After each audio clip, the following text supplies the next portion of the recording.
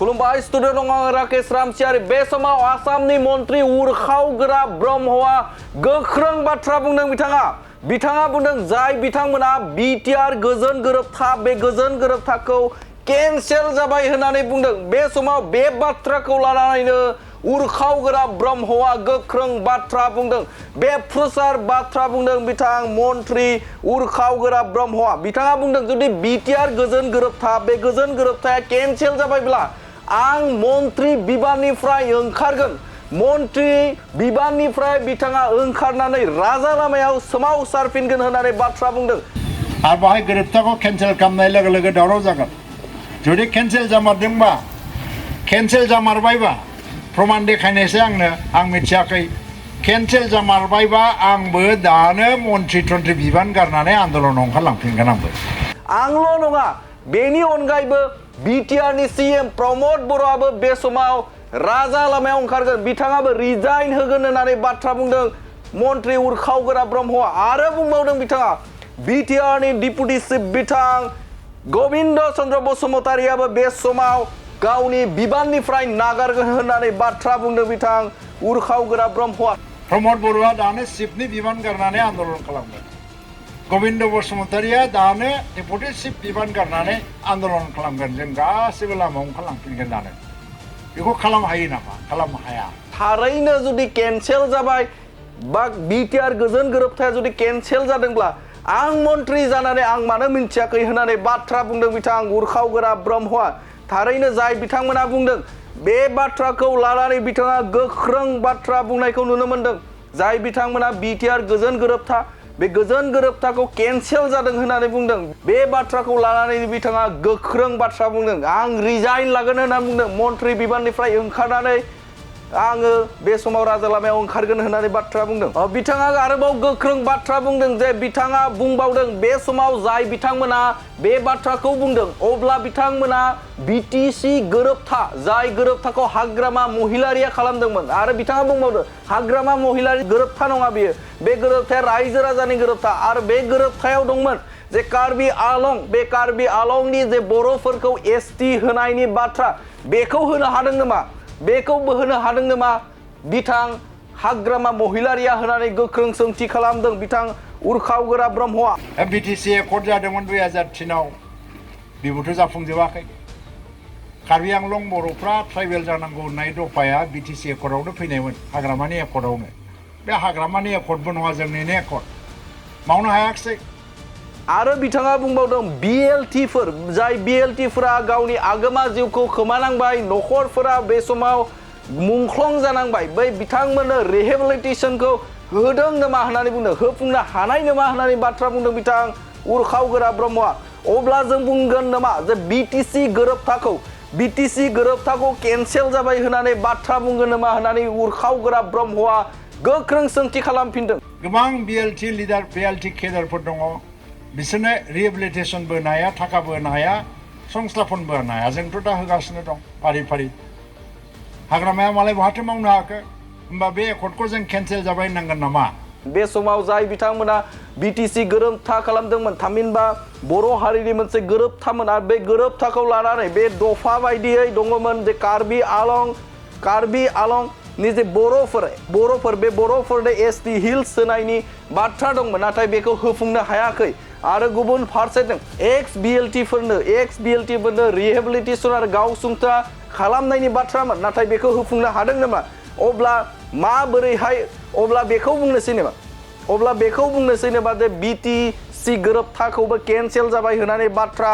बुंगोन नामा होननानै सोंथि खालामदों बिथां उरखावगोरा ब्रह्मआ बेनि अनगायैबो बिथाङा बुंबावदों जे मोन जिद'ता डिपार्टमेन्ट बे डिपार्टमेन्टखौ डिसिनो हरबाय होननानै बाथ्रा बुंनाय बे बुंनायनि सायावबो बिथाङा बुंथिदों बे समाव मोन जिद'ता डिपार्टमेन्टखौ जुदि डिसिनो हरनायनि जुदि लेखा दङब्ला हरदों होननानै जुदि लेखा दङब्ला जोंनो आंनो फोरमाय होननानै बाथ्रा बुंदों बिथां मन्त्रि उरखावगोरा ब्रह्मआ मानोना जायखिजाया जुदि डिसिसन लानांगौब्ला मन्त्रि हिसाबाव बेनो फोरमायनाय जायो अब्ला बे समाव बिथाङा सोंथि खालामदों जे आंनो बेफोरबायदि जे नटिस दङब्ला आंनो फोरमायबा आंनो दिन्थि होननानै बुंदों गोख्रों बाथ्रा बुंदों बिथां उरखावगोरा ब्रह्मआ आरो हानि बेलायावबो बाथ्रा बुंदों बिथाङा हानि बेलायावबो बिथाङा बाथ्रा बुंनायखौ नुनो मोनदों जे आथिखालाव जे हा हुनि जे खामानिफोरखौ डिसिआ बा गुबुन गुबुन बिबानगिरिफोरा नायो होननानै बाथ्रा बुंनायखौ लानानै बिथाङा बुंथिदों बिटिसिनि एनअसि मोनाबा बा बिटिसिनि हाग्रा बिफाननि मावफुं सोद्रोमा रनजित बसुमतारी एनअसि मोनाबा प्रमद बर'नि जुदि बिथोन मोनाब्ला बे समाव हा होफुंनायखौ बा हाखौ रावनोबो होनो हाया होननानै गोख्रों बाथ्रा बुंदों बिथां उर्खाव गोरा ब्रह्मआ थारैनो बे समाव बिथाङा गोख्रों बाथ्राजों जे बिटिआर एकर्डखौ केन्सेल जाबाय होनना बुंनाय बाथ्राखौ लानानै बिथाङा गोख्रों बाथ्रा बुंनायखौ नुनो मोनदों थारैनो बिथाङा सोंथि खालामदों जे बेफोरबायदि जुदि जादोंब्ला बिटिआर एकर्डखौ जुदि केन्सेल खालामदों जे बा केन्सेल खालामनायनि जे बाथ्रा बुंथिदों बा बुंबाय थानानै बेरेखा दोलोआ बे समाव राजखान्थि खालामदों दा बिथांमोनखौ गोख्रों बाथ्राजों बुंदों जुदि माबा मोनसे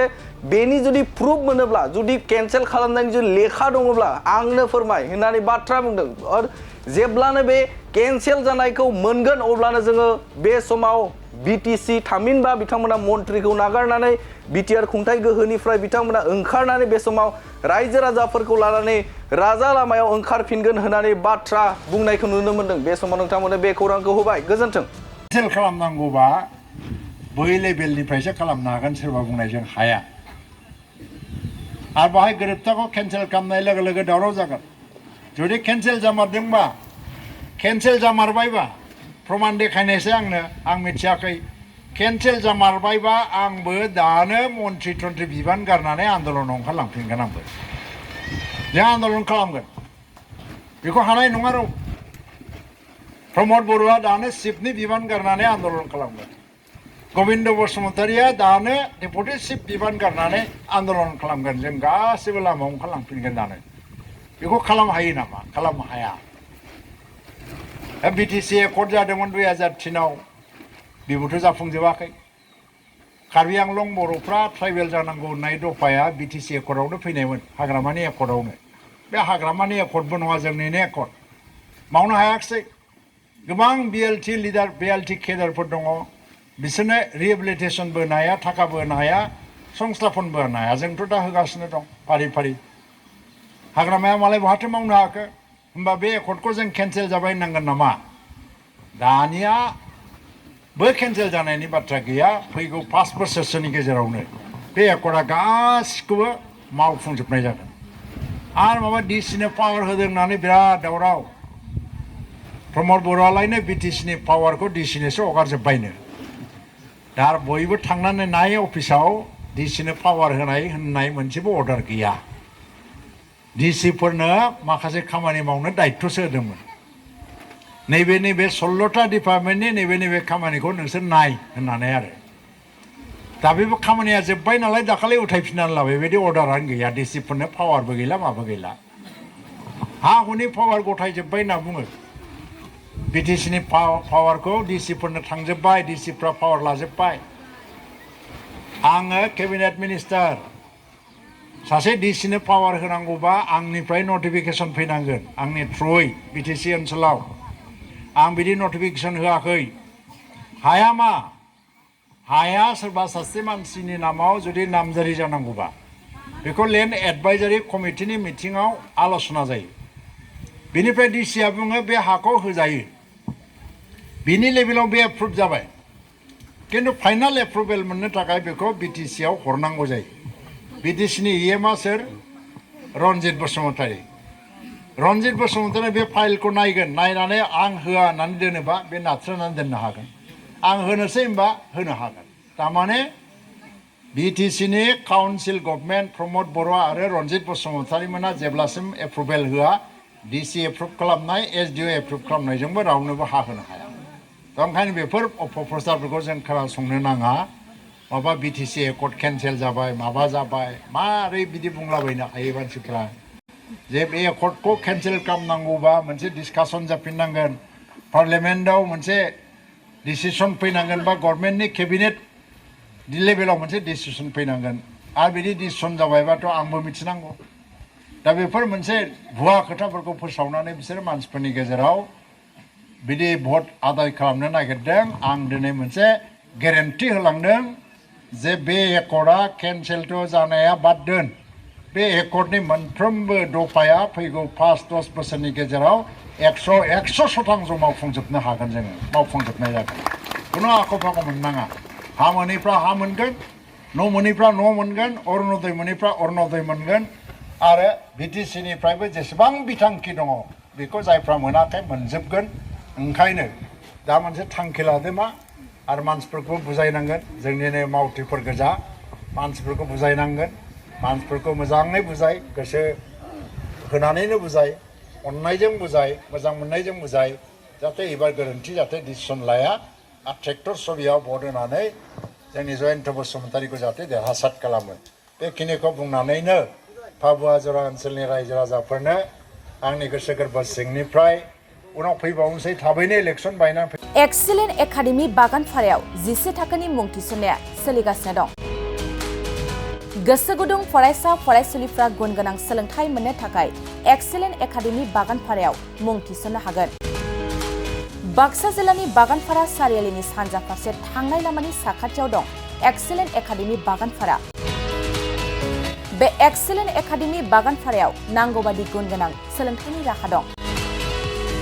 थिखानाय आयदा हिसाबै इंराजि आयदाखौ लाथारनांगोन बेजों लोगोसे एसामिस बड' हिन्दी नेपाली अल्टारनेटिभ इंलिश सायख'नानै लानो हागोन आरो पलिटिकल साइन्स एडुकेशन एडभान्स एसामिस एडभान्स बड' लजिक एन्ड फिलसफि इकनमिक्स जिअग्राफि एन्थ्रपलजि बायदि आयदाखौ सायख'नानै लानो हागोन लोगोसे आलादायै बेसेन होनाङै कम्पिउटार क्लास लानो मोनगोन एक्सिलेन्ट एकाडेमि बागानपारायाव experience and qualified teachers best education with adorable fees education with modern technology. The admission fees charge would be considered for below poverty line and brilliant students. Hostel facilities for boys and girls by the थांनाय 2022 मायथाइयाव फोसावजानाय Assam higher secondary जोबथा आनजादनि फिथायाव बे excellent academy बागानपारानिफ्रायनो Anamika Brahma मुंनि सासे फरायसुलिया 92% लानानै अल Assam subject topper जानो हादोंमोन लोगोसे बोहैथि बोसोर 2024 मायथाइनि थाखाय एक्सिलेन्ट एकाडेमि बागानपारायाव गोसो गुदुं फरायसाफ्रा मुं थिसननो थाखाय फरायसालियाव फैनानै फर्मखौ लांफैनो हासिगोन आरो मुं थिसननो हासिगोन गुवारै मिथिसारनो थाखाय 9954505027